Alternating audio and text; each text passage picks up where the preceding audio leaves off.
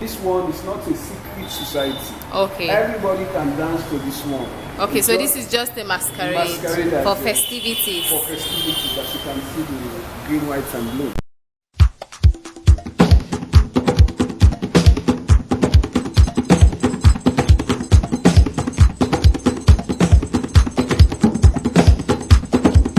Welcome back to my YouTube channel. It is your babe Antoinette.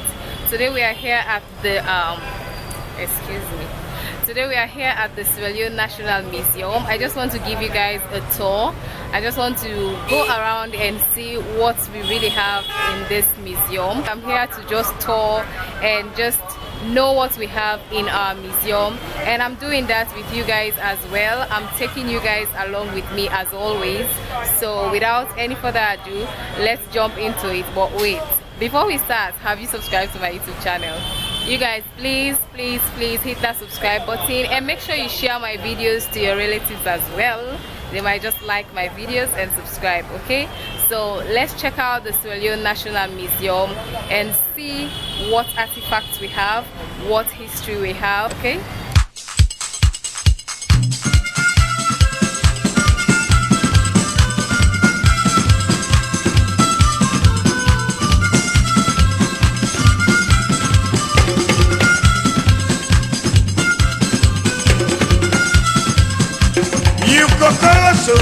You Cocoroso, are you managed to tell you Cocoroso?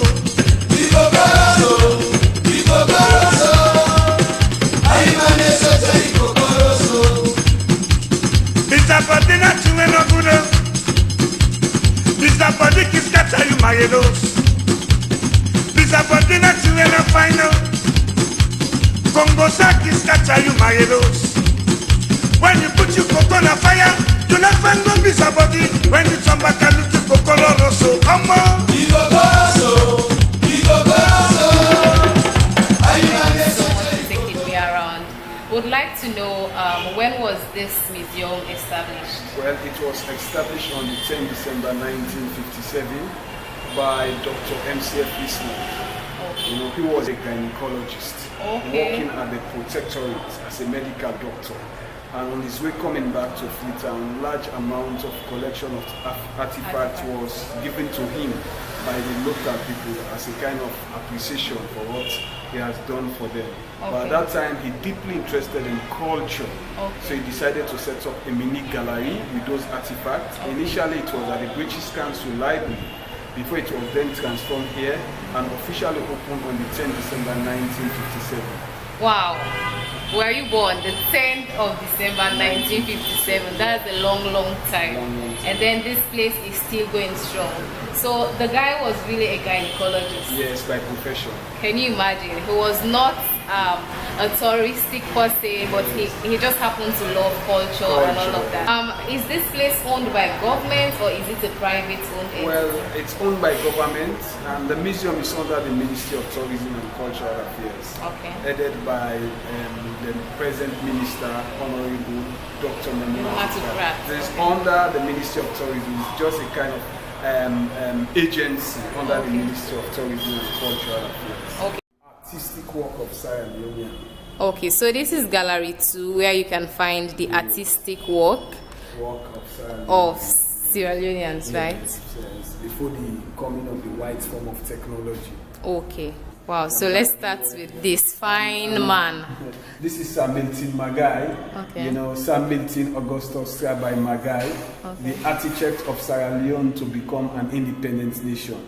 Sir Milton Magai was born in Bambato in what is now Banta Chiefdom, Moyamba district, on the 7th December 1895. He's the elder son among his father. His father is a businessman by the name M.E.S. Magai, born in Bon district. He attended the EUB Primary School in Bon district and later proceeded to the Albert Academy, where he sat his sixth form. From there, he proceeded to Frabe College, where he attained his first degree. In 1921, he also went to England to study medicine. He graduated as the first protectorate to read medicine in Sierra Leone. And he is the owner of the Observer first newspaper in Sierra Leone. Wow. He stood for the independence and he became the first Prime Minister of Sierra Leone in 1961 until 1964, but he died in 1964.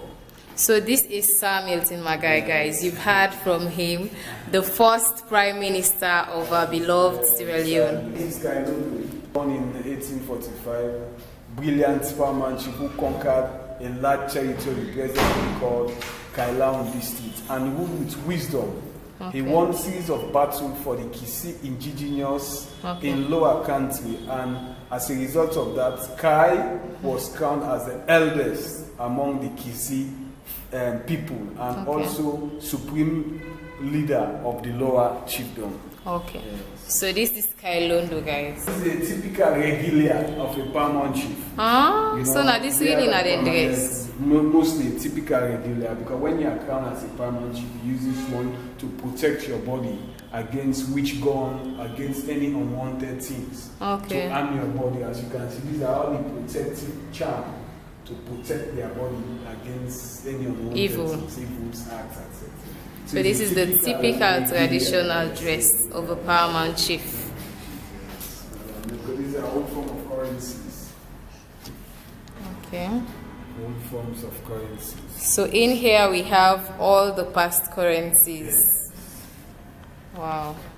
Baibue was a northern Sierra Leone chief who earned a reputation for a stubborn resistance against the British colonial rule. Okay. When we were under the British rule at that time, Baibue was the paramount chief in the north part of Sierra Leone in a village called Kassel. Okay. And the British ordered the hot tax, which means any house that you own, you should pay tax. At that time, we were under the British administration. The hot tax was legislated in 1898, and Baibue persuaded his people for not paying the tax. He was saying that this is my own country, I build my house, how can I pay tax to the whites? And if someone to pay tax should have been the British, so he decided to wage war against the British. He was right on top of the situation because he managed to capture some of them, you know, but the British were very angry of Baibue, so they declared the arrest of Baibue. And Baibue was arrested. Initially, they took him to Ghana, where he was in prison, and they lectured him about the essence of paying the tax. He returned from Ghana to Sierra Leone in 1905, but he died 2 years later. Wow. So this man was a strong man. Because even me, I'm asking that question. How can I pay for my own house? To foreigners. To foreigners, more especially to foreigners. If someone to pay should have been nearly foreigner because you are the one that's coming. Exactly. That was his bone of contention. For exactly. So this, now waiting, this, which one is this? Bushels. It's used for measurement of rice. During those days, to measure rice. 1 bushel, 2 bushels. I used to hear that, but I didn't know what it looks like. So this is the bushel. We used to hear 1 bushel rice, blah blah blah. Okay. So then this is for palm wine, right? Palm wine climbing device. Okay. To climb palm wine. Okay. By hopping. You know, and this is where they used to place the palm wine. Okay. After that, they take them to their huts. Okay. Here is Gallery 1, which deals with the secret society, the tradition, and the cultural heritage of Sierra Leone. The first display is called the Ariogo, headdress. Yes. And it is also known as witch doctor. We also have the hunting society. This is the drums that they use. For the hunting? The hunting society. This is the burial drum, which is the three sisters drum. This is the boom, and we also have the head. Okay. The hunting, this is the gun and bullet that they used to hunt bushmeat. Okay. We also have various statues, yes, used for different purposes. This is Mama Dora Papayengema. Wow. It's used by the Shagro people. Okay. You know, it's a kind of information given to the Shagro people whenever they are on the shore. Because the Shagro, they are predominantly engaged in fishing activities. Okay. So whenever they are on the shore, you know, carrying out their fishing activities, Mama Dora and Papayengema appears to them to give them information about the present condition of the sea. Okay. For you to see this one, you should also have supernatural eyes. Yes. This is the Mami Bara. Okay, that is the Mamigbara. It's coming out during festival season, occasion, Mamigbara.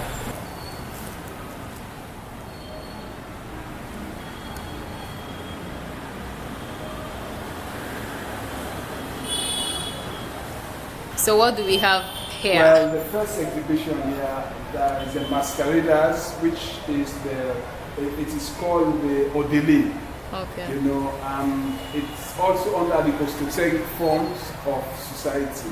Okay. Just like Padu, you know, Erimongwe, those masqueraders that come out during festival seasons like Christmas or the Easter holidays, or also the celebration of the independent anniversary. It used to come out.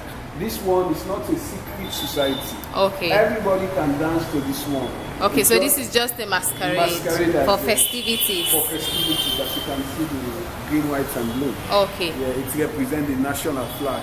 Okay. It's just a masquerade for festival and period festivity. Okay. This is once a British High Commissioner, Peter Penfold.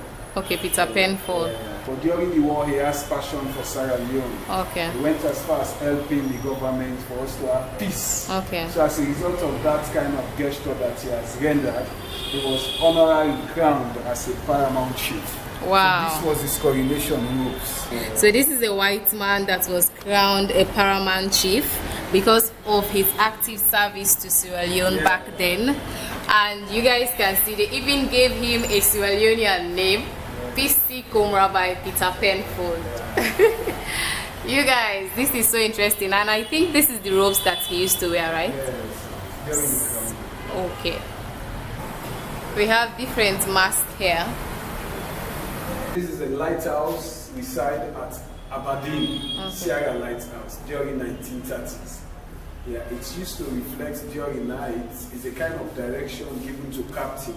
It enabled the captain to know that he has already arrived in a place of destination.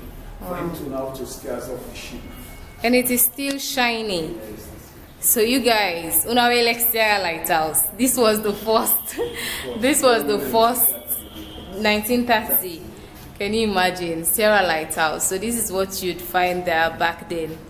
Okay, there you have it, guys. This has been a tour at the Sierra Leone National Museum. Yes. So I hope you guys have seen what we have here. We have our own ways of doing things. We have our own culture and tradition. So this has just been it. If you have not subscribed to my channel, please make sure you do so, and I hope you enjoyed this video. Thank you so much.